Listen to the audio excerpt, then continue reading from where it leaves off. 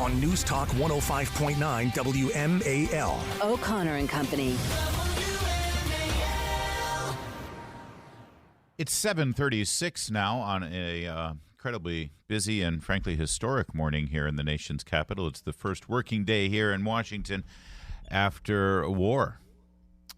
Hamas invades Israel. Israel responds in kind.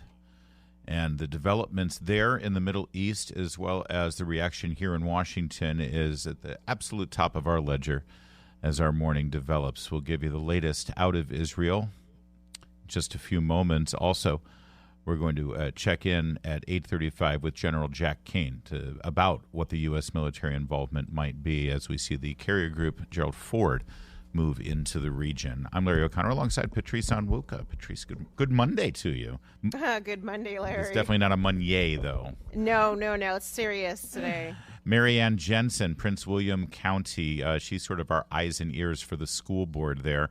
And Merianne, this video you captured of members of the Prince William Education Association basically getting to the school board meeting first in line, signing up and taking all the spots for public comment, and then not actually saying anything.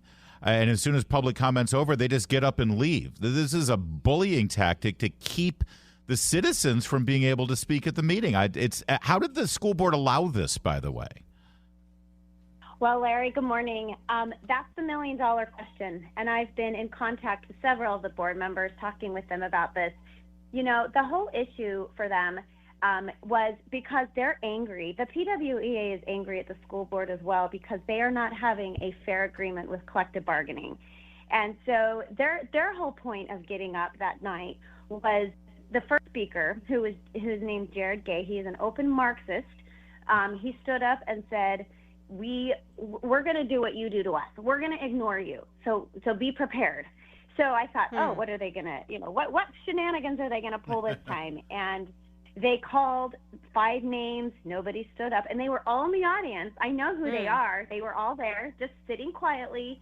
And then they called another 5 names, and they didn't get up. And out of 20 speakers, there were 3 who got spots out of the PWEA or, outside of the PWEA. And what's frustrating to me, I know they were doing it to say, screw you to the school board. But it took spots from parents in my Moms for Liberty chapter. There were 4 parents who don't get up and speak and really wanted to talk about an issue, and they were denied a spot. And that's what makes me really angry. Well, and it should, because parents should have a voice and have a stake in their children's education and in the education system. And the way they can have a voice is to voice it, to come out and have the school board hear their perspectives.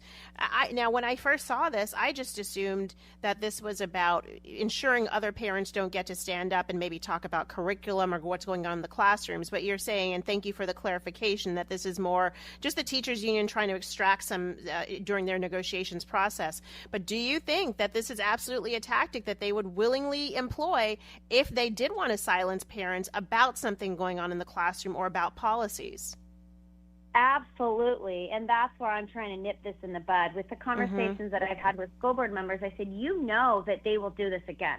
And I said, what policies are you going to put in place to ensure that they don't do this? I mean, this is the same group who paraded around with baby coffins on their cars trying to stay home from COVID. They didn't want to go back to school. You said baby coffins?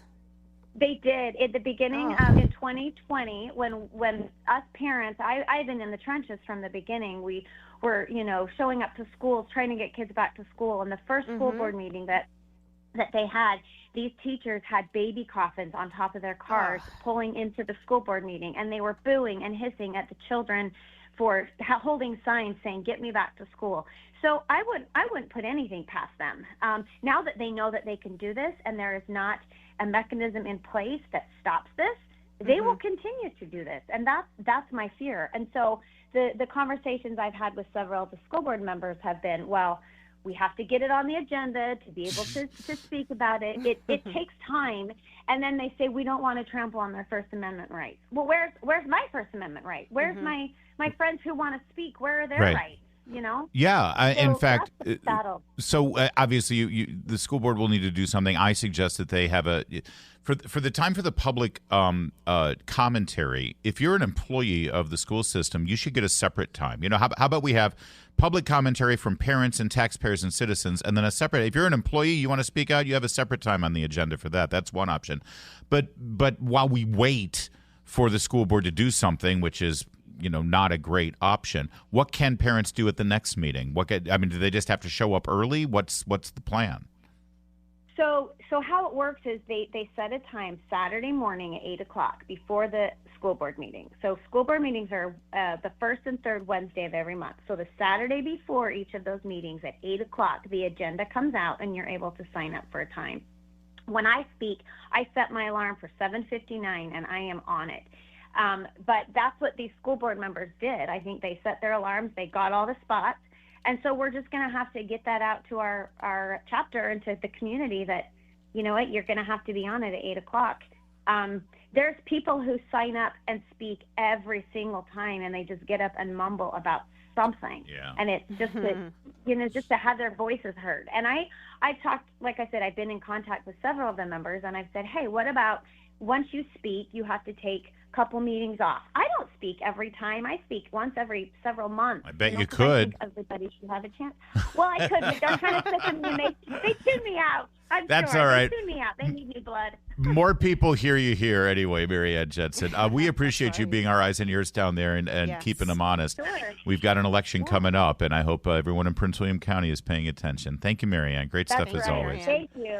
It is Have a good day. Bye. 7:43.